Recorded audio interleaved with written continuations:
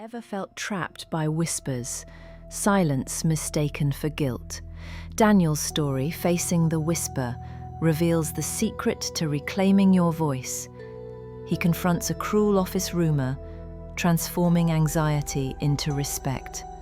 Learn how to bravely confront falsehoods, shift the atmosphere, and never let rumors define you. Discover the power of speaking your truth and find your own empowerment.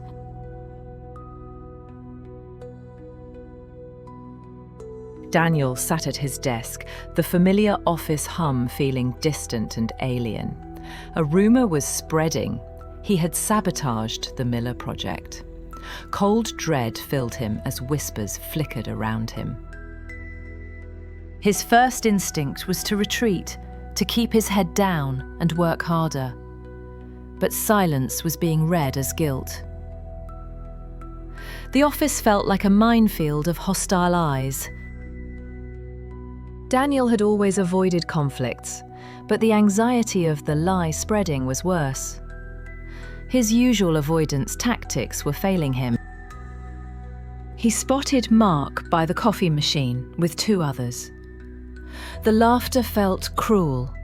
The knot in Daniel's chest tightened. Every fibre of his being screamed to escape, but if he ran, the false story would continue to stain his reputation. Taking a deep breath, Daniel rose from his chair. His legs felt heavy, but his resolve was stronger now. He walked steadily to where Mark and the others stood. The cluster of conversation faltered as Daniel approached. "Hey, Mark," Daniel said, keeping his voice low but steady. "I need a minute.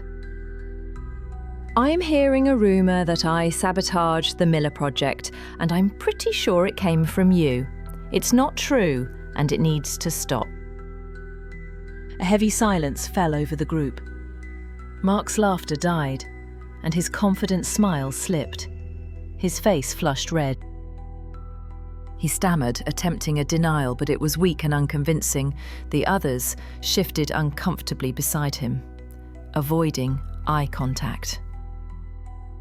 Daniel did not shout or demand dramatic apologies. He didn't need loud victories or public displays. By simply speaking his truth to the person he held accountable, he reclaimed a small but crucial part of his life. The burden he'd carried for days lightened, and the heavy fog of anxiety started to lift.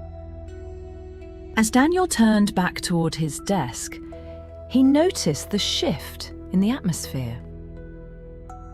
The whispers hadn't vanished overnight, but they had lost their power over him.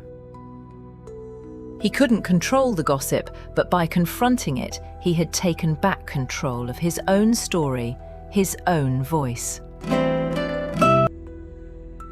Sitting down, Daniel smiled faintly to himself.